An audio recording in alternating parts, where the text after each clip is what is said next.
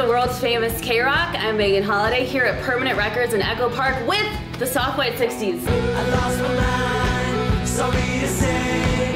I pulled the pin and walked away. I lost my mind, sorry to say. I pulled the pin and walked away. The release of your 7-inch for Brick by Brick and Piedra a Piedra. Correct. Did I say it right? Correct. Okay.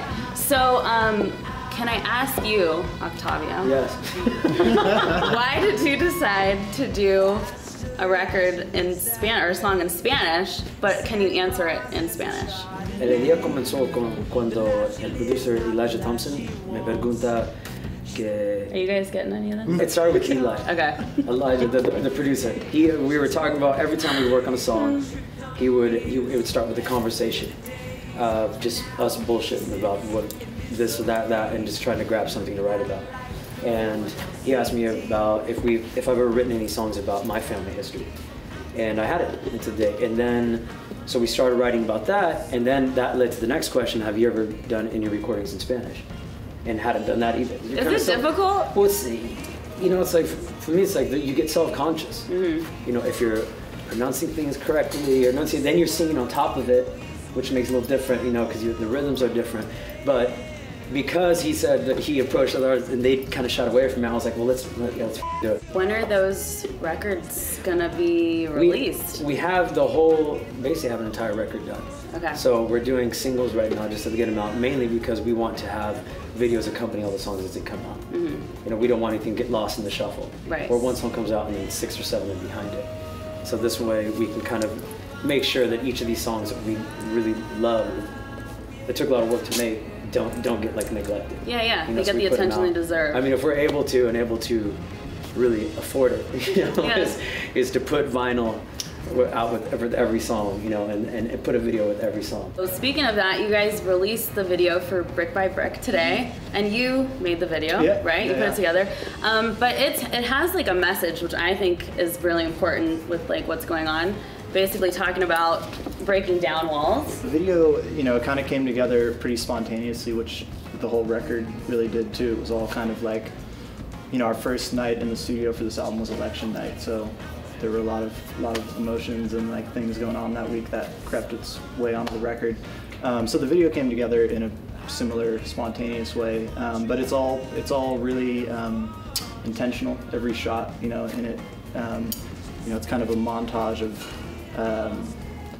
I would like to think is probably like what's on the bathroom television set in the White House, in the president's bathroom, the TV there. It's kind of a montage of news and like daytime TV and reruns, and you know, but every clip has like a meaning, and you know, it might seem kind of random at times, but you know, when people see it, it's all, every little clip is intentional. The proceeds for some of the tickets in the 7-inch is going to Central American Resource Center. When we wrote Brick by Brick, and then that kind of spawned everything. Like that, Brick by Brick spawned us doing the song in Spanish, it spawned us doing the rest of the album in Spanish as well. And then when we did the single, we wanted to kind of pair up with someone that we could donate to, some of the proceeds from vinyl. And then I went to this event, and I just by chance met someone that worked at that organization.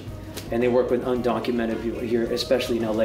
I wanted to work with someone in LA, not just give money out, you know, and see where the hell it ends up. Right. Because these people have always been in LA. Started with helping Salvadorians that were displaced from during a civil war in the 80s, and then now they work with undocumented people in LA, and especially right now, it's more than ever that they really provide. It's not just legal help, but really they educate people that don't know their rights. You know, they tell them like, oh no, this is not legal to do.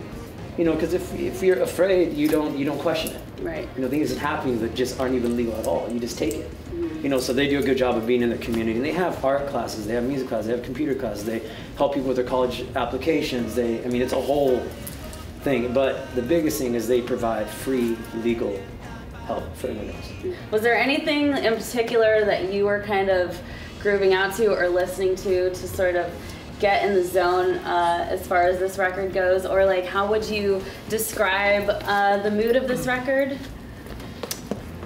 Well, I don't know. It's interesting because we all listen to a variety of different things, but there was like I think there was some kind of funkiness going on that was like a funkier direction than, you know, there was like smacking of like Parliament, and I remember one time during the session we watched a Prince video, that song Cream, and we were just like, we gotta do something like something like Princey, and that actually kind of gave way to this song called No One Like You Baby that's on the record. That's kind of a sort of a departure from what we have normally, what we would normally do.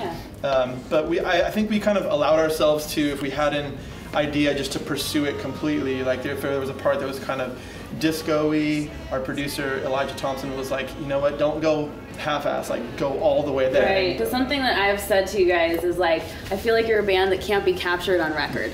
Like you gotta go out and you gotta see the Soft White Sixties. I always tell everybody, because the live show is just so electric, and I really think there's some bands that are just really hard to capture on a record, so I'm really looking forward to hearing the new record. So, you know, it'll be coming out in the coming months. Definitely. We'll keep you posted, you know, but I'm so looking forward to it. You know, I love you guys, and so thank you so much, and have a great show tonight. Thank you, Megan. Yeah, it is the world's famous KROQ.